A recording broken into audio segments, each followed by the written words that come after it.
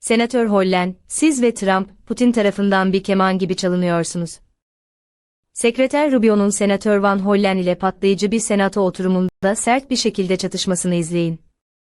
Secretary, you and I served together in Congress for 15 years.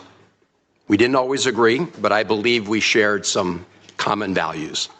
A belief in defending democracy and human rights abroad and honoring the Constitution at home. That's why I voted to confirm you. I believed you would stand up for those principles. You haven't. You've done the opposite. And you used to speak with conviction about the importance of foreign aid as a tool to advance American values and interests. Then you stood by while Elon Musk took a chainsaw to USAID and other assistance programs. That has left a staggering toll. Broken trust with countries, openings for China and other adversaries, and countless preventable deaths of children and others. Take Sudan, for example. The freezing of U.S. humanitarian assistance forced the closure of nearly 80% of the emergency food kitchens there. 2 million famine-affected people were left without access to food. People died because of those actions. Mothers, fathers, and children. Tons of emergency food that could have saved their lives was left rotting in warehouses because you and Elon Musk refused to let USAID do its job. Sudan is a country where, by the administration's own determination, a genocide is unfolding in Darfur. But here's where it goes from cruel to despicable. While cutting off food aid to Sudanese families living through an actual genocide, you're fast-tracking white South Africans for refugee status under a manufactured claim that they are the victims of genocide. You tried to block the admission of individuals who had already been approved to come here as refugees while making bogus claims to justify granting such status to Afrikaners. You've made a mockery of our country's refugee process, turning it into a system of global apartheid where political ideology and race, more than truth or need, matter. And while you've turned away from a genocide in Sudan and invented one in South Africa, you teamed up with President Trump to throw the Ukrainian people under the bus and have been played like a fiddle by Vladimir Putin.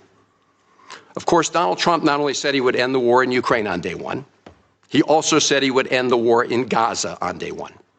And yet last week, you were all running around to Gulf states, giving away very sensitive American AI and chips technology, but doing nothing to end the war in Gaza and get the remaining hostages returned.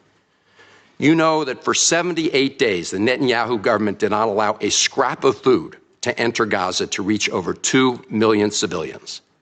57 children have died from malnutrition so far, and more than 14,000 children are in imminent danger of dying of starvation. As Cindy McCain said last week, and I quote, "Families in Gaza are starving while the food they need is sitting at the border." That is a gross violation of both U.S. and international law. What did you do? Nothing. Not once did you publicly call upon the Netanyahu government to end the blockade. Fortunately, other countries spoke out, and now we see a tiny trickle going in. Where have you focused your energy instead, Mr. Secretary? Well, your first trip as Secretary of State was to El Salvador, not to promote democracy, but to cozy up to President Bukele, who calls himself the world's coolest dictator. The result was a cash for collusion deal to deprive people living in America of their constitutional rights to due process.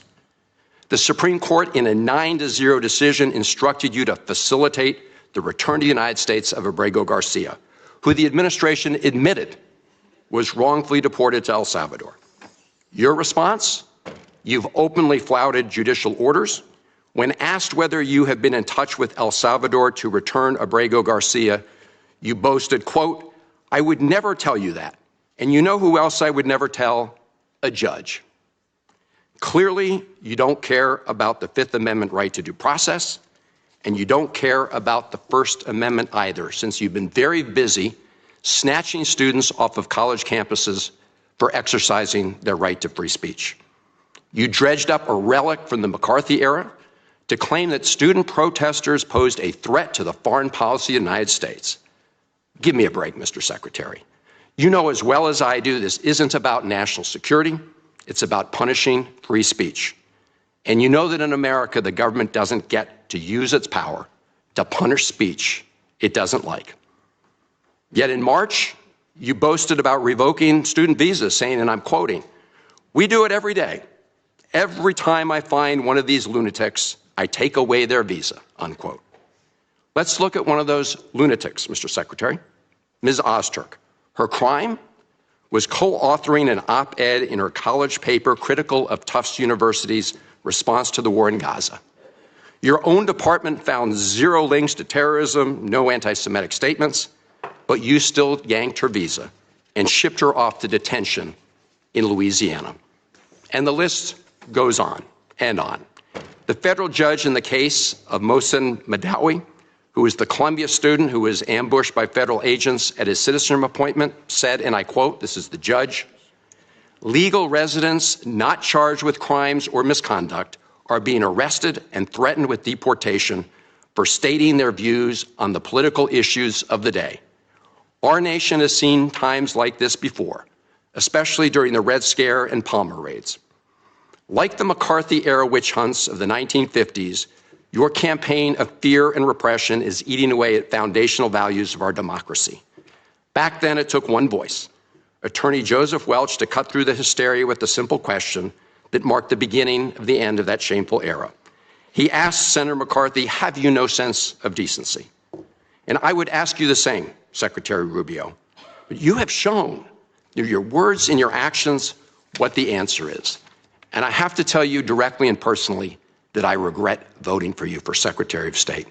I yield back. May I respond? You may sit. Well, first of all, your regret for voting for me confirms I'm doing a good job based on what I know. Well, that's just a flippant statement, Mr. Secretary. Can I respond, Mr. Chairman? You may. I didn't ask Senator, questions. please let the Secretary have I'd be the floor. happy to, but then I can respond to his. Your time's up, Senator, and willfully used, I might add. Well, your remarks do not represent the view of this committee. Well, Mr. Secretary, please. Well, I'd like to. I can't respond to everything he said because much of these are untrue, but I'll go through a few. First of all, I'm actually very proud of the work we've done with USAID. For example, I don't regret cutting $10 million for male circumcisions in Mozambique. I don't know how that makes us stronger and more prosperous as a nation. I don't regret psychosocial support services. I raised Sudan, Mr. Secretary. Can I respond, Senator, I'd ask you to suspend. You had 7 straight minutes. I chose to use my time that way, Mr. Chairman. That's my right to Please use suspend my time that way. Secretary Rubio. Well, I can go on. I mean, there's other things here. We spent $227,000 for Big Cat's YouTube channel from USAID. We spent $14 million for social cohesion in Mali, whatever the hell that means. So I can go on and on. I got the list here, and there's more. I didn't even bring the whole list. In the case of El Salvador, absolutely. Absolutely. We deported gang members, including the one you had a margarita with. And that guy is a human trafficker, and that guy is a gangbanger, and the evidence is going to be clear in the days to come. You're going to see who you went to. Senator, I'm sorry, please, Mr. Chairman. Secretary Rubio has the floor. Mr. Chairman, he can't make unsubstantiated comments like that. Secretary Rubio has the floor. You've had Secretary your time. Rubio should take that testimony to the federal court of the United States because he hasn't done it under oath. Here's another point, okay?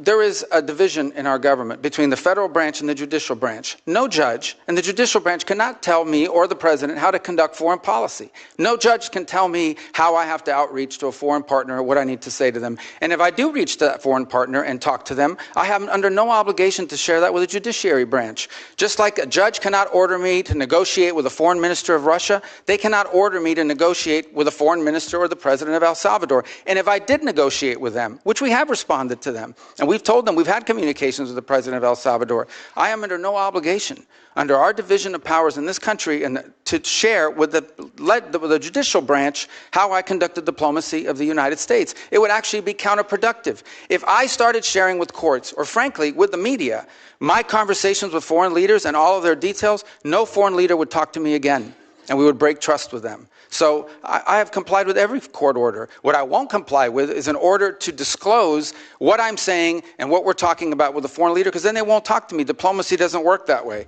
About the student visas, let me say this. I don't deport anybody, and I don't snatch anybody. The State Department does not have officers in the street snatching everybody. What I do is revoke visas, and it's very simple. A visa is not a right.